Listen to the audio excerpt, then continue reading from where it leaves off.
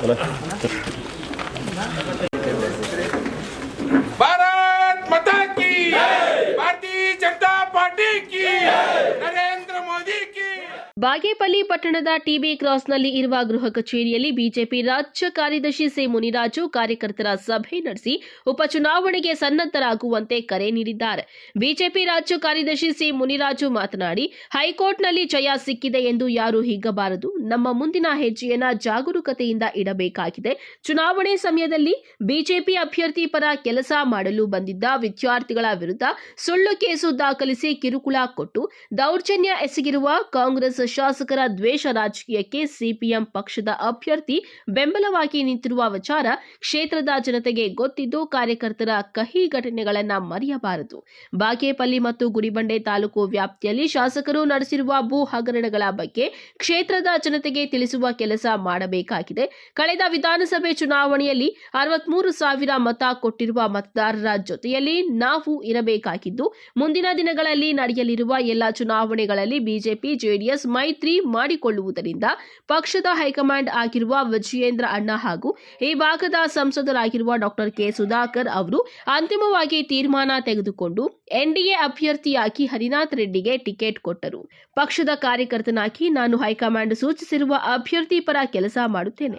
ಒಂದು ವೇಳೆ ನನ್ನನ್ನು ಅಭ್ಯರ್ಥಿಯನ್ನಾಗಿ ಸೂಚಿಸಿದ್ರು ನಾನು ಸ್ಪರ್ಧೆ ಮಾಡಲು ಸಿದ್ಧನಿದ್ದೇನೆ ಎಂದು ಹೇಳಿದ್ದಾರೆ. ಕ್ಷೇತ್ರದಲ್ಲಿ 63,000 ಜನ ವೋಟ್ ಹಾಕಿದ್ದಾರೆ. ನನಗೂ ಸಹ ಆ ಭರವಸೆ ಇದೆ, ನನಗೆ ಕೊಡ್ತಾರೆ ಅಂತ. ಒಂದು ಸಪೋಸ್ ಅಕಸ್ಮಾತ್ ಹೈಕಮಾಂಡು ನನಗಿಂತ ಬಲಿಷ್ಠವಾದವರು ಈ ಕ್ಷೇತ್ರದಲ್ಲಿ ಜನತೆ ಪರ ಇದ್ದಾರೆ, ಜನರಿಗೆ ತೀರ್ಮಾನ ಅಕಸ್ಮಾತ್ ಅವ್ರ ಪರ ಇದ್ದರೆ, ಜನರ ತೀರ್ಮಾನ ಅವ್ರ ಹೆಸರಿದ್ದರೆ ಅವರು ಕೊಟ್ಟರು ನಾನು ಕೆಲಸ ಮಾಡ್ತೀನಿ. ನಾನು ಹೇಳ್ತಾ ಇರೋದು ಉದ್ದೇಶ ಒಂದೇ, ನಾವು ಕಾಂಗ್ರೆಸ್ ವಿರೋಧಿಗಳು, ಕಾಂಗ್ರೆಸ್ ಪಕ್ಷದ ಶಾಸಕರ ವಿರೋಧಿಗಳು, ನಮ್ಮ NDA ಪಕ್ಷದ ವಿರೋಧಿಗಳಲ್ಲ. ನಮ್ಮಲ್ಲಿ 100 ಇರ್ಬೋದು, ನಮ್ಮ ಗೊಂದಲಗಳಿರ್ಬೋದು. ಈಗಾಗಲೇ ನಾನು ಹೇಳಿದ್ದೀನಿ, ನನಗೆ ಮೊನ್ನೆ ಕೂಡ ಹೇಳಿದ್ದೆ, ನಮ್ಮ ಡಾಕ್ಟರ್ ಸುಧಾಕರ್ ಅವರು ಕೂಡ ಇದ್ದಾರೆ. ಅವರು ಆಮೇಲೆ ತೀರ್ಮಾನ ಮಾಡ್ಕೋತಾರೆ. ನಮ್ಮ ವಿಜಯಣ್ಣ ಅವರು ಇರ್ತಾರೆ, ಕೂತ್ಕೊಂಡು ನಮ್ಮಲ್ಲಿ ಗೊಂದಲಗಳಿರ್ತವೆ. ನಾನು ಕೂಡ ಮಾತಾಡಿರ್ಬೋದು, ನಮ್ಮ ಮನೇಲಿ ನಾವು ಕಿತ್ಲಾಡ್ಕೊಂಡಿರ್ತೀವಿ ಅಷ್ಟೇ.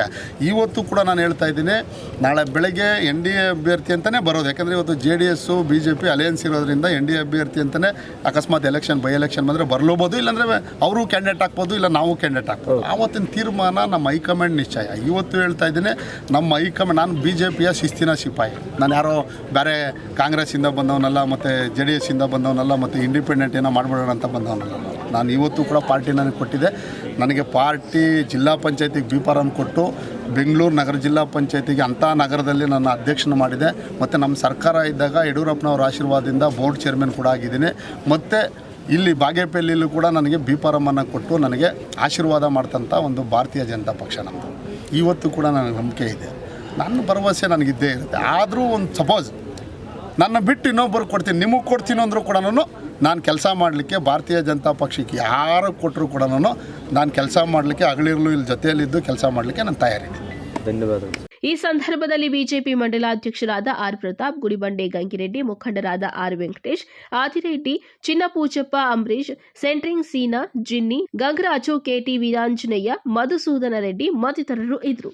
P Manjunath Reddy, MMTV news, Bagepalli.